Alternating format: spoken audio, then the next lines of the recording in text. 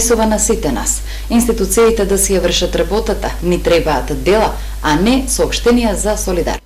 Во организација на самостојниот синдикат на новинарите на Македонија, денеска напладне пред владата на Република Македонија се одржа протест на новинарите. Како што се наведува во соопштението, од владата ќе биде побарано на дело да покаже дека се залага за функционирање на секој сегмент на правната држава, посебно кога е во прашање слободата на говор и физички интегритет на новинарите. Повод за протестот, како што стои, се заканите упатени кон председателот на Сдруженијето на новинари на Македонија, Насер Селмани, од страна на висок партиски функционер на коалицијскиот партнер на владата ДУИ, Бекир Асани. Кон овој протест се придржуваат и вработените во телевизија Ирис, сметајќи дека секој напад врз новинар е напад врз слободата и вистината.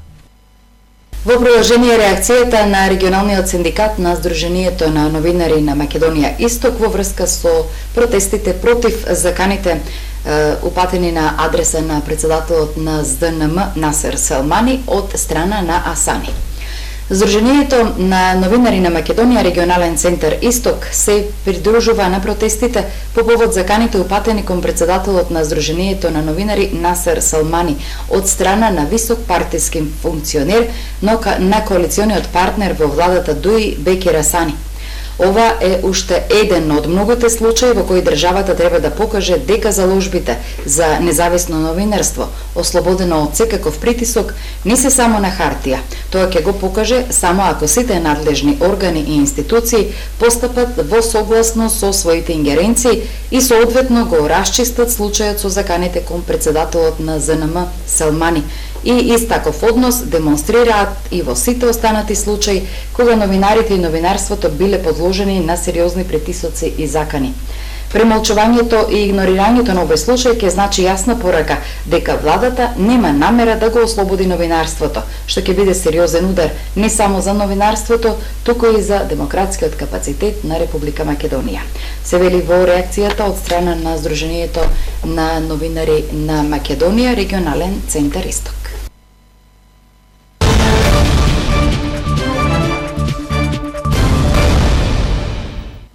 Каква храна од месец април ќе јадат пациентите во Штипската болница?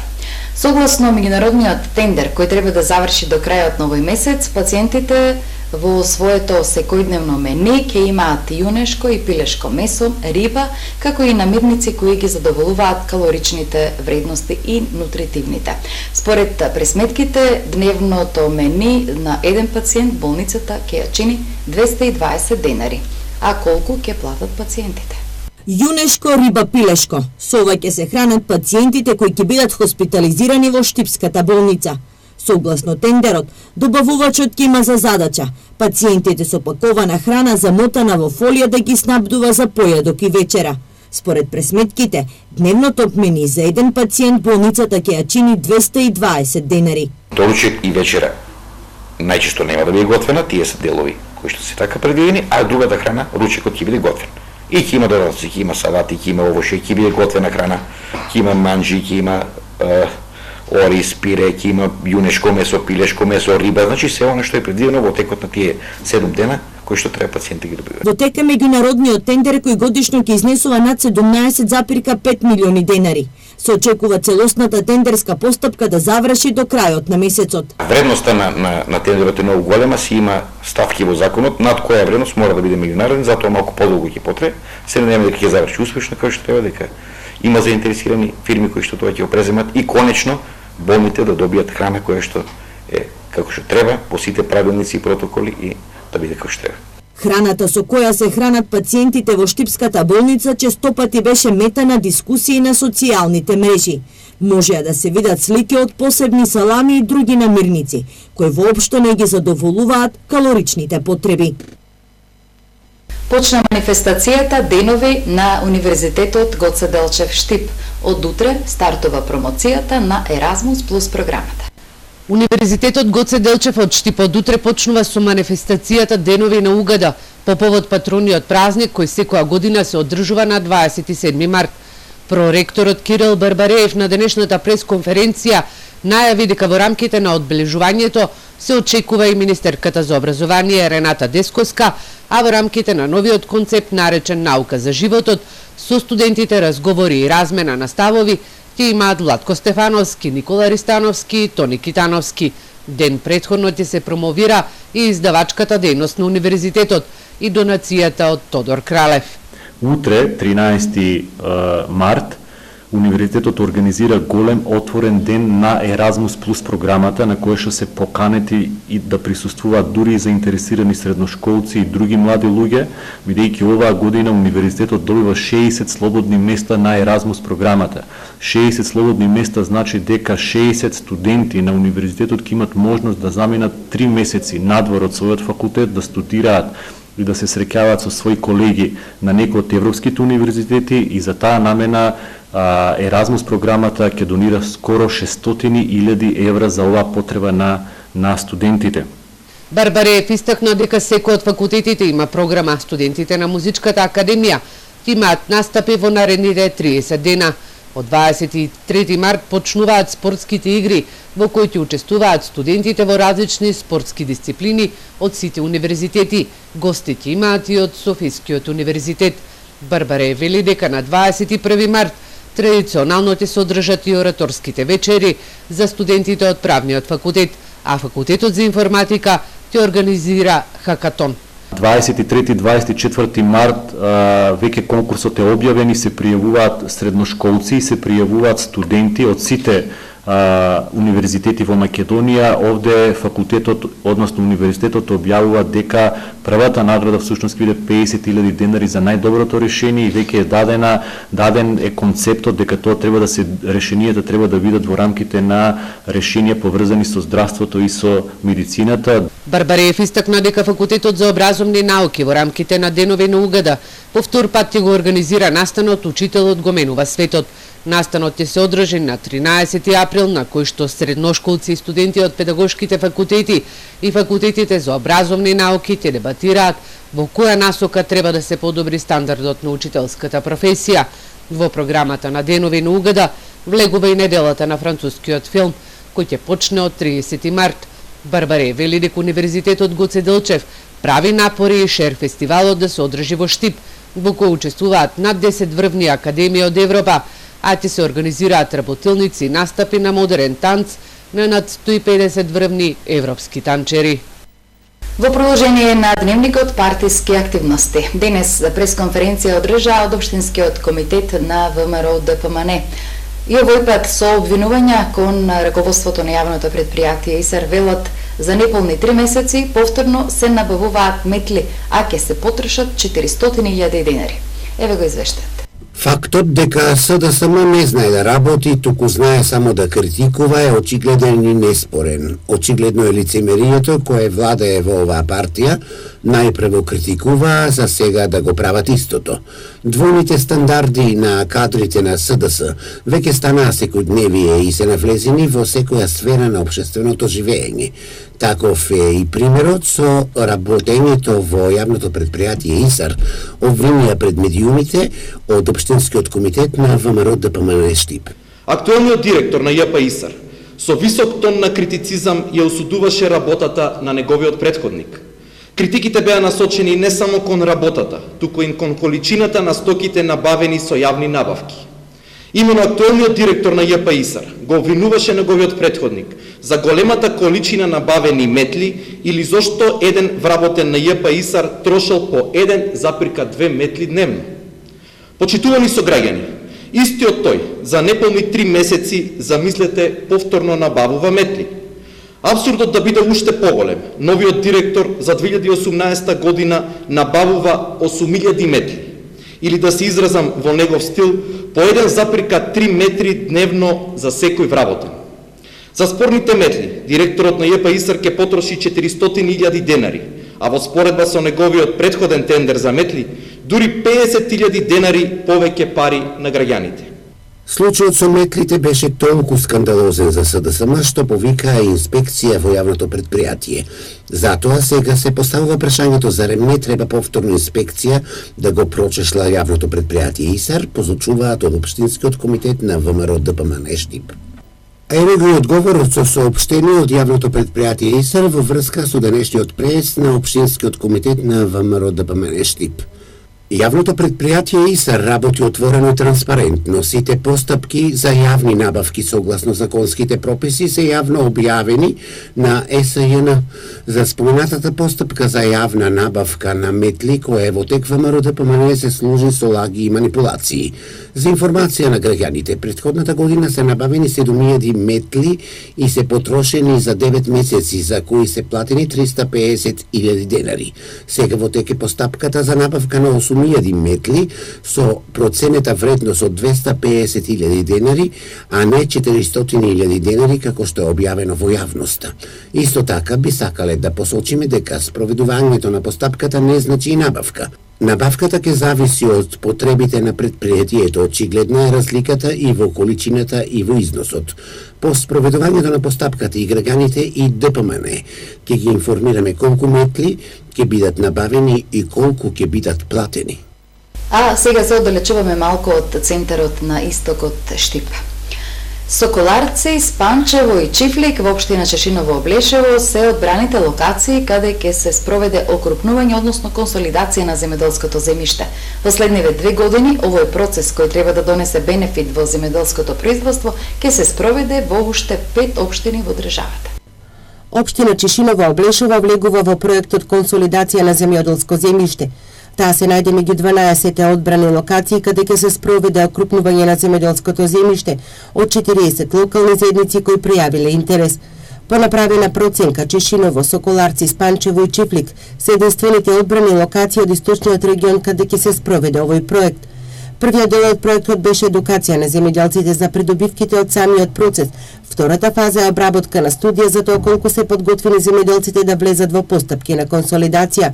Во старт, самите земјоделци ги препознаа бенефитите од окрупнувањето на парцелите што ги обработуваат, а тоа се поголема продуктивност и намалени трошоци на производство. Па треба нормално, па јас работам сега моментално 150 декара пченка са на 100 места. Комбај од нива на нива оде и ствара трошкове, ствара расипување на тоа. Колку е нивата од 50 декара, тамо нема расип, тамо нема арч, нема. Ќе биде цената на жетвата, сега ми зима 1000 динара, ќе ми зима 500. Од понатамошните анализи ќе се планираат и инвестиции во инфраструктурата, како што се изградба на пристапни патишта и системи за наводнување и одводнување во зависност од потребите на секоја заедница.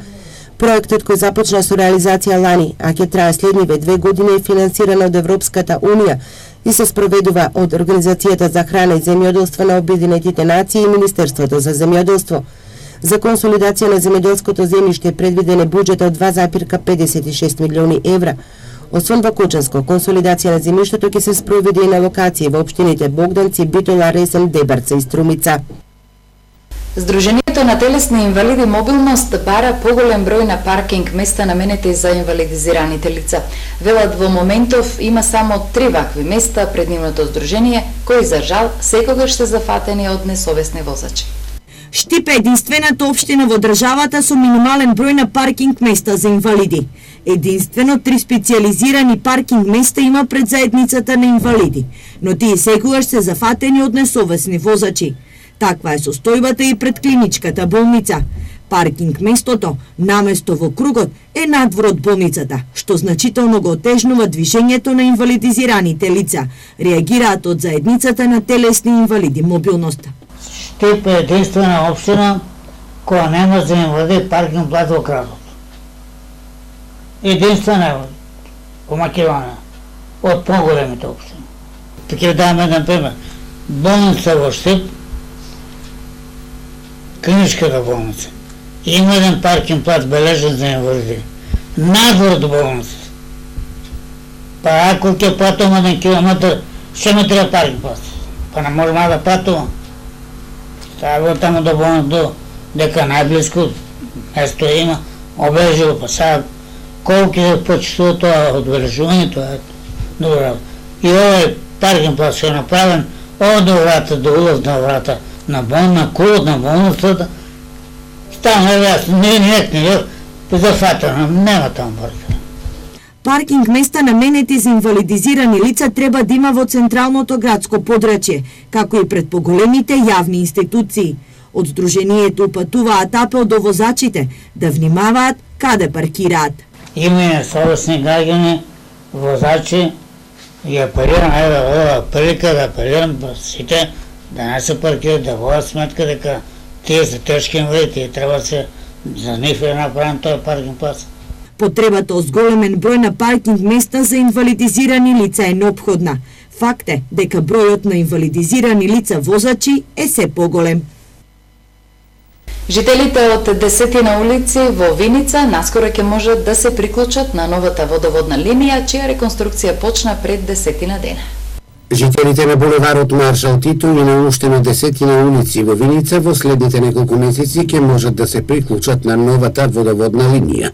Реконструкцијата со исфрлање на старите азбестни цевки започна минатата недела и се работи етапно, како што е најавено, вели градоначалникот Димитров. 10 дена фирмата Копи инженеринг и работи градежните работи околу промена на водоводната мрежа во општина Виница. Еве гледаме дека булеварот на улица Маршал Тито е веќе завршена, продолжуваме на другите улици, сега почнуваме со улицата Славчо Стойменски. Инвестицијата е вредна околу 6,5 милиона денари, изведува фирмата Копи инженеринг, така да се надеваме дека во следните неколку месеци работата ќе заврши како што треба. Старите азбестни цевки ќе бидат заменети на улиците Славчо Стојменски, Браке Миладинови, Раде Кончар, дел од булеварот Маршал Тито, делови од улиците Страшо Пинџор, Стив Наумов и Линденска, Димитар Осоговски, Димитар Влахов, Јане Сандански и 4-та македонска бригада. Предвидениот рок за изведба е 9 месеци, меѓутоа по договор со фирмата мислиме дека за околу 5 месеци ќе биде целосно реализиран овој проект. Овие улици ќе бидат комплетно реконструирани, меѓутоа имаме и други активности, а тоа е промена на канализационата мрежа и во населените места каде што нема канализационна мрежа, таму ќе ги регулираме овие работи. Во Виница вкупната водоводна мрежа е со должина од 42,5 км, а преку 60% е веќе завршена. Со оваа фаза е предвидено да бидат исфрлени од употреба 3960 метри азбестни цевки, а овој проект е финансиран од Европската инвестициона банка, Министерството за транспорт и врски и општина Виница. Во продолжение на дневникот, реакција од рудникот золово и цинк Саса Македонска каменица во која стои. Рудникот Саса поведе судска постапка против мултиетничкиот синдикат на образованието. Како што информираа тие денеска, во рудникот постои репрезентативен синдикат кој е дел од синдикатот на индустријата, енергетиката и рударството, со кој менаџментот на компанијата преговараше и подпиша колективен договор во кој се дефинирани бенефициите и правата на работниците. Во тек се преговори меѓу раководството на рудникот и синдикатот за ново покачување на платите во текот на 2018 година и дополнителни бенефиции за вработените во Саса. Меѓутоа, од неодамна во јавноста се појавила нова организација која е дел од мултиетничкиот синдикат на образованието, која нелегитимно се представува дека има членови во рудникот Саса. Саша Јованов, кој се представува како претседател на новата синдикална организација, не е вработен во рудникот Саса, а дополнително новата организација не достави никакви докази во форма на писмени изјави и платена членарина за нито еден вработен во Саса, иако според законот тоа е единствениот начин да докаже дека е репрезентативен синдикат во компанијата, информираа од рудникот Саса. Поради ваквата фактичка состојба, рудникот Саса побарал од надлежниот суд да донесе пресуда и привремена мерка со која ќе се забрани нова организација да доставува барања до компанијата и да организира какви било штрајкови и протести, што може да го нарушат нормалното функционирање на рудникот. За ваквата состојба се информирани и надлежното Министерство за труд и социјална политика и владата на Република Македонија. Стои во реакцијата на рудникот золово и цинк Саса Македонска каменица.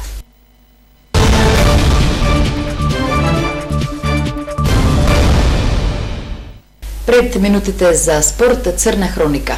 Моторџија загина на патот Штип-Кочани. Во несреќата учествувале 2 мотори и патничко моторно возило Голф. Во ковниот момент сите се движеле во иста насока. 39 годишен Свети Николчанец го загуби животот во сообраќајна незгода која се случила синоќа околу 17 часот на патот Штип-Кочани.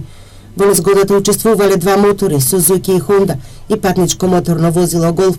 Во критичниот момент, движејќи се во иста насока како што информираат од полицијата, дошло до судир, а повредите биле фатални по животот на 39 годишниот ВЦ, кој починал на лице место.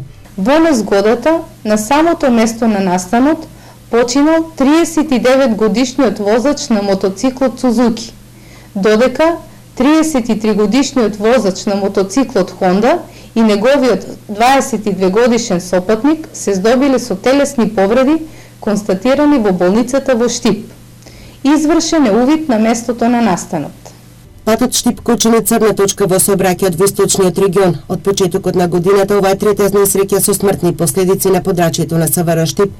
Предходно на патот кај Тракање и во близина на Облешево загинаа возач и велосипедист.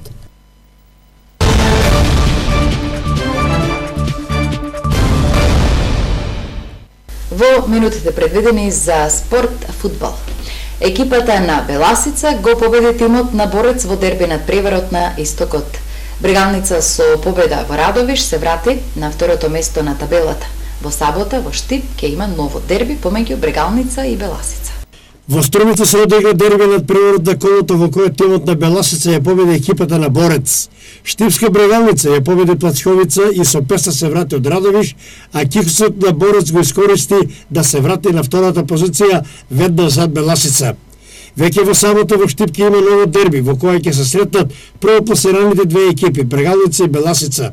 Се погласни се желбите на навивачите на Брегалница овој надпрво да се игра под светлоста на рефлекторите, како што тоа честопати го прават струмичани. На тој начин дерби над Преварот би се играло во вечерен термин, а со тоа би имало и значително поголем број навивачи не само Штип, туку и од целиот источен регион, па и пошироко. Раководството на Брегалница е запознато со ваквата желба на навивачите и големиот интерес и за сето тоа ќе се произнесе до среда 14 март, а над Преварот би се играл во сабота 17 март. Еве ги комплетните резултати од ова 16-то коло. Тиквеш Кожов 2:1, Осогово победа во Ландово 4:0, Беласица Борец 2:0 и Плачковица Брегалница 0:1. Табела. Беласица е прва со 36 бодови, сега Брегалница е на второто место со 31, трето место Борец 29, четврто место Кожов 26, петто место Тиквеш 23, шесто е Плачковица со 21, седмо место Каменица Саса 15, 8 место Осогово 11 и на деветото место победа во Ландово со 10 освоени бодови. Почна пролетниот дел во третата фудбалска лига група Исток. Екипата на Зрновка не се појави на мечот со Китго Пехчево, а тимот на Кежовица ја победи Брегалница од Делчево. Над Преварот Китго Зрновка поради реконструкција на теренот во Пехчево требаше да се одигра на стадионот Бело Бредо во Штип. Во договорениот термин, играчите на Китго и официјалните лица беа на теренот и констатира дека играчите на Зрновка не допатуваа и над Преварот ќе се регистрира со службен резултат. Дали тимот од Зрновци се откажува од понатамошното учество во првенството, ќе се знае во наредните денови. Во Ново село пак тимот на Кежовица славеше против екипата на Брегалница Голак од Делчево. Еј ги комплетните резултати од ова 15-то коло. Кежовица Брегалница Голак 1:0, Китго Пехчево Зрновка 3:0 службен резултат. Рудар 1947 Малеш 2:2 и Овчеполек Слого 1934 3:0. Табела. Прва екипата на Китго Пехчево со 43 бодови, второ место Малеш 25, на трето место се прва екипата на Кежовица со 24, четврто место Брегалница Голак 23, на петото место Овчепол има 21, шесто место Рудар 1947 со 20, седмо место Слого 1934 15 и на осмото последно место тимот на Зрновка со само еден освоен бод. Во следното 16-то коло во недела во Ново село ќе се сретнат екипите на Кежовица и на Китго Пехчево. Ги следете вестите, ви благодариме за вниманието и ви посекуваме пријатна вечер.